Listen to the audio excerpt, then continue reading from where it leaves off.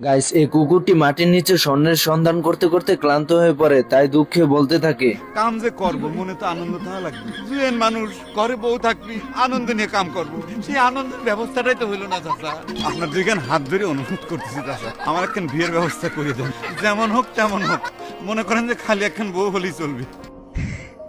এর ভিতরে কুকুরটি সামনে স্বর্ণ দেখতে পেয়ে খুশিতে বলতে থাকে, ইমোশনে হিট মারিস না, পেঁচাও কম। এইদিকে ছোট কুকুরকে খুঁটির সঙ্গে ঝুলিয়ে রেখে বড় কুকুর সব স্বর্ণ নিয়ে পালানো শুরু করে। এদিকে গাড়ি স্টার্ট না নেওয়াতে গাড়ির টিকি খুলতেই সালামু আলাইকুম।